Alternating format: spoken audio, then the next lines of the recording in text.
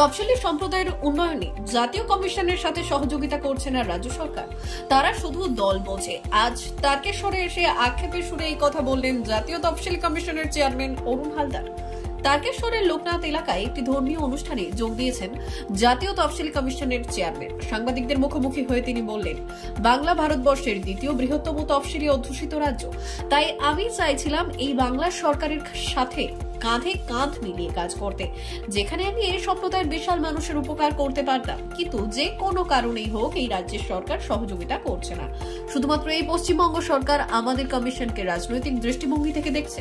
ভারতবর্ষের যে কোনো জায়গায় গেলে সেই জায়গার ডিএমএসপি উপস্থিত থাকে, কিন্তু শুধুমাত্র এই রাজ্যে সেটা হয় না।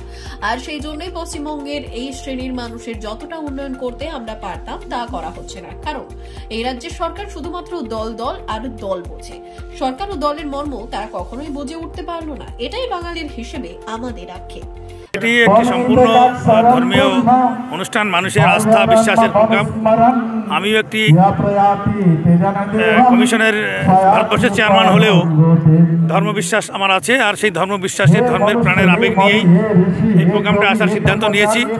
আমি জানি যে এই এলাকার বহুত মানুষ শোষিত পীড়িত বঞ্চিত মানুষ হলেও তারা নিজেদের ধর্মের প্রতি তাদের আস্থা আছে। এবং সবথেকে বড় প্রোগ্রাম এই প্রথম যে 51 পীঠ থেকে 20 বছর ধরে একজন সাধু সে ঘুরে জল এবং মাটি সংগ্রহ করে শঙ্করাচার্যদের উপস্থিতিতে 2-3 শঙ্করাচার্যের উপস্থিতিতে এখানে যে মহাযজ্ঞ হচ্ছে, এর একটা ঐতিহাসিক তাৎপর্য আছে। এরকম একটা মহাসন্ধিক্ষণে ঐতিহাসিক তাৎপর্যপূর্ণ প্রোগ্রামে এসে নিজেকে ধন্য মনে হচ্ছে। তো আমি নিজেই সেই মহাযজ্ঞে অংশগ্রহণ করতে চাই। তো আমি যাবার পথে এখান থেকে যাচ্ছিলাম মন্দির দর্শন করে, তো ভেবেছিলাম ফেরার পথে টাইম হবে না। আমি এই প্রোগ্রামের মাহাত্ম্য গুরুত্ব এতটাই অপরিসীম এখানে এসে বুঝতে পারলাম যে আমি চন্দ্রকোনার প্রোগ্রাম ক্যান্সেল করে আমি ফেরার পথে সমস্ত মানুষের সামনে এসে আমি একবার এই মহাযজ্ঞে অংশগ্রহণ করে ফেরার পথে আমি 5টার সময় এখানে আবার আসছি। সেই জন্যই আজকে এখন কোনো প্রোগ্রাম করলাম না। 5টায় আমি এখানে প্রোগ্রাম এসে আমি আমাদের কমিশন এবং এই ধর্মীয় সংস্থা সম্পর্কে বিস্তারিত বক্তব্য এখানে রাখবো। বহুত বহুত ধন্যবাদ। পলিটিক্যাল প্রশ্ন করতে পারেন, উত্তর পাবেন না। অভিষেক বন্দ্যোপাধ্যায় বিচারপতির বিরুদ্ধে সুপ্রিম কোর্টে গেছিলেন, মামলা রেজিস্ট্রারকে শুনানির জন্য বলেছেন। দেখুন, এই যে আমার যে পদ আর এখানে যে কারণে আমি এসেছি, এর মধ্যে আমি রাজনীতিকে টেনে আনতে চাইছি না। এটা সম্পূর্ণ রাজনীতির ঊর্ধ্বে। আজকে আমার যে কর্মসূচি আছে, এই প্রথম বাঙালি হিসাবে পশ্চিমবঙ্গে থেকে ভারতীয় জাতীয় কমিশনের চেয়ারম্যান করেছে। এটা ক্যাবিনেট মিনিস্টার পদ এবং জুডিশিয়াল পাওয়ার যা ভারতবর্ষের অন্য কমিশনের কাছে নেই। এবং আমি চাইছিলাম এই সরকারের সাথে কাঁধে কাঁধ মিলিয়ে বাংলা ভারতবর্ষের দ্বিতীয় বৃহত্তম রাজ্য এবং সেই রাজ্যের বাংলা ভারতবর্ষের দ্বিতীয় তপশিলি অধ্যুষিত রাজ্য, যেখানে এই সম্প্রদায়ের মানুষের বিশাল বেনিফিট আমি করতে পারতাম। কিন্তু যে কোনো কারণে হোক সরকারি সহযোগিতা পাচ্ছে না এবং তাদের কাছে সহযোগিতা পাচ্ছে না। এই বার্তাটা আমি সবার কাছে আপনাদের মাধ্যম দিয়ে দিতে চাই। যেখানের এই শোষিত পীড়িত বঞ্চিত মানুষের সেফগার্ড, যাদের নিরাপত্তা যে কোনো রকমভাবে যারা অত্যাচারিত হয় তাদের পাশে এই কমিশন দাঁড়াতে পারে এবং তাদের সেফগার্ড করতে পারে, যে পাওয়ারটা ভারতীয় সংবিধানে এই কমিশনকে দিয়েছে। আর এটাই আমার মূল উদ্দেশ্য ছিল। আর বিশেষ করে এখানে যে ধর্মীয় প্রোগ্রামটা আছে তার কারণ এর মাহাত্ম্য এবং গুরুত্ব এতটাই বিস্তৃত এবং ব্যাপক, যেটা ভারতবর্ষের দিল্লিতে থেকেও আমার মনে হয়েছে যে এই প্রোগ্রামে আসা আমার উচিত। কারণ আজকে যে ধর্মের নামেও যে অনেক হানাহানি চলছে, সে হানাহানি এই ধরনের মহাযজ্ঞ থেকে শান্তির যজ্ঞ যে আজকে করছেন এখানে, সেই শান্তি পশ্চিমবাংলায় বিরাজ হোক এই যজ্ঞের মাধ্যম দিয়ে আমি সেই বার্তা দিতে এখানে এসেছি। রাজ্যের এই যে সংখ্যালঘু এসসি কমিশনের যে কথা বললেন যে রাজ্য সরকার সচেষ্ট হচ্ছে না, এটা কি পুনরায় আবার? দেখুন, এই ব্যাপারটায় আমি বলছি এদের বিচার বুদ্ধির নিশ্চয়ই কোনো প্রবলেম আছে। এরা কমিশনটাকে এদের দৃষ্টিভঙ্গি থেকে পশ্চিমবঙ্গ সরকার এক এবং অনলি পশ্চিমবঙ্গ সরকার এই কমিশনকে রাজনৈতিক দৃষ্টিকোণ থেকে দেখছে। ভারতবর্ষে বহু রাজনৈতিক দল আছে, বহু শাসক দল আছে। কোনো রাজ্যে, সমস্ত রাজ্যে আমি যাই, সেখানে কমিশন এই ধরনের যে কোনো প্রোগ্রামে আসলে ডিএমএসপি কম্পালসারি সেখানে অ্যাটেন্ড থাকে। এই কমিশনের ইম্পর্টেন্ট, এই কমিশনের মর্যাদা এতটাই অত্যধিক, যেটা একমাত্র পশ্চিমবঙ্গের সেটা হয় না। আর সেই জন্য আমি মনে করি পশ্চিমবঙ্গের এই শ্রেণীর মানুষের যে সেফগার্ড, যাদের উন্নয়ন ডেভেলপমেন্ট কোন ক্ষেত্রে প্রবলেম হচ্ছে, যাদের সোশ্যালি আপলিফমেন্ট করতে পারতাম আমরা এই সরকারের সাথে, কারণ সরকার ছাড়া তো করা সম্ভব না, এটা একটা গভর্নমেন্ট।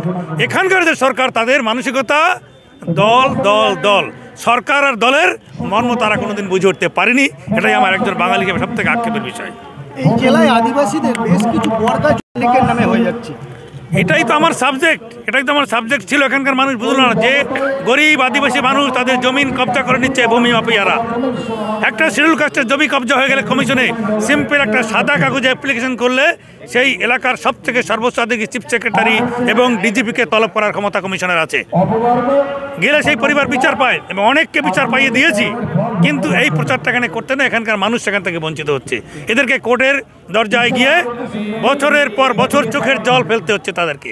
অথচ এই কমিশনে গেলে 2-3টি হিয়ারিংয়ে তারা বাধ্য হতো তাদের জমি ফিরিয়ে দিতে।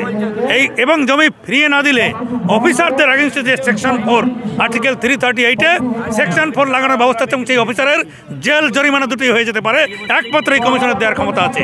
এটা এখানকার সরকার বুঝে উঠতে পারলো না। এই সরকার পরোক্ষভাবে পশ্চিমবঙ্গের দলিত আদিবাসী সম্প্রদায়ের মানুষের সাথে বিশ্বাসঘাতকতা করলেন, এই কমিশনকে ব্যবহার করতে পারলেন না। এটা আমার কাছে আক্ষেপের। ভারতবর্ষের সমস্ত রাজ্যে অনেক বিরোধী সরকার আছে, কিন্তু সেখানে গেলেও তারা যথেষ্ট মর্যাদার সাথে কাজ করেন এবং তারা সেখানকার ন্যায় পায়। ভারতবর্ষের মানুষকে এই কমিশনের ফ্যাসিলিটিস আমি পাইয়ে দিতে পেরেছি। কিন্তু এখানেও আমি চেষ্টা করছি, কালকে এখানে সিজিও কমপ্লেক্স, যেখানে আমাদের একটা ছোট্ট অফিস ছিল, মান মর্যাদা প্রতিষ্ঠা পাওয়ার জন্য সিজিও কমপ্লেক্সে একক প্রচেষ্টায় মানে অত্যন্ত ক্ষিপ্রতার সঙ্গে সিজিও কমপ্লেক্সে কমিশনের অফিস উদ্ঘাটন করলাম পূর্বাঞ্চলের। গতকাল পূর্বাঞ্চল অফিস করে দিয়ে গেলাম। এটা এখানকার পশ্চিমবাংলার মানুষ আগামী দিনে টের পাবেন যে তপশিলীদের অধিকার সেফগার্ড, যে কোনো রকম খুন জখম মামলা অত্যাচার হলে তার একটা সিম্পল সাদা কাগজে কমপ্লেন করবে, এখানে তার বিচার হয়। একে চ্যালেঞ্জ করতে গেলে একমাত্র হাইকোর্ট ও সুপ্রিম কোর্টের দরকার হয়, বাকি নিচের কোনো চ্যালেঞ্জ চলে না। এরকম একটা ফোরামকে পশ্চিমবাংলার মানুষ মিস করছে, অত্যন্ত দুর্ভাগ্যের। যেভাবে এই যে সন্দেশখালীতে ইডির অফিসাররা আক্রান্ত হলো, কি বলবেন বিষয়টা? দেখুন, ইডির কাজ করবে যদি কোনো দুষ্কৃতীকে সরকার যদি সাপোর্ট করে সরকার, কোনো সাধারণ মানুষ সাপোর্ট করতে পারে না। সাধারণ মানুষ সরকার তৈরি করে। সেখানে একজন দুষ্কৃতী কেন্দ্রীয় সরকারের প্রতিনিধি যাচ্ছে তার কাছে জানতে তার কাছে কোনো অবৈধ আছে কিনা। ওখানে অনেক কিছু থাকতে পারতো, সেখানে তারা ঢুকতেই দিলেন না। তার মানেটা কি? সে যদি অনেস্ট হতো, সৎ হতো, ঢুকতো, তাকে ধরতো, জিজ্ঞাসা করতো, বলতো তাকে, কিন্তু সেই বলার সুযোগ দেওয়া হয়নি। এখানে আইন নিজের হাতে নিয়ে নিজেরা বাঁচার চেষ্টা করছেন। কিন্তু শুনে রাখুন, আইনের হাত থেকে কেউ বাঁচতে পারবে না।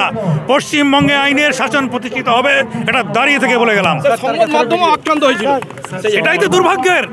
সংবাদ মাধ্যম ভারতীয় গণতন্ত্রের চতুর্থ স্তম্ভ।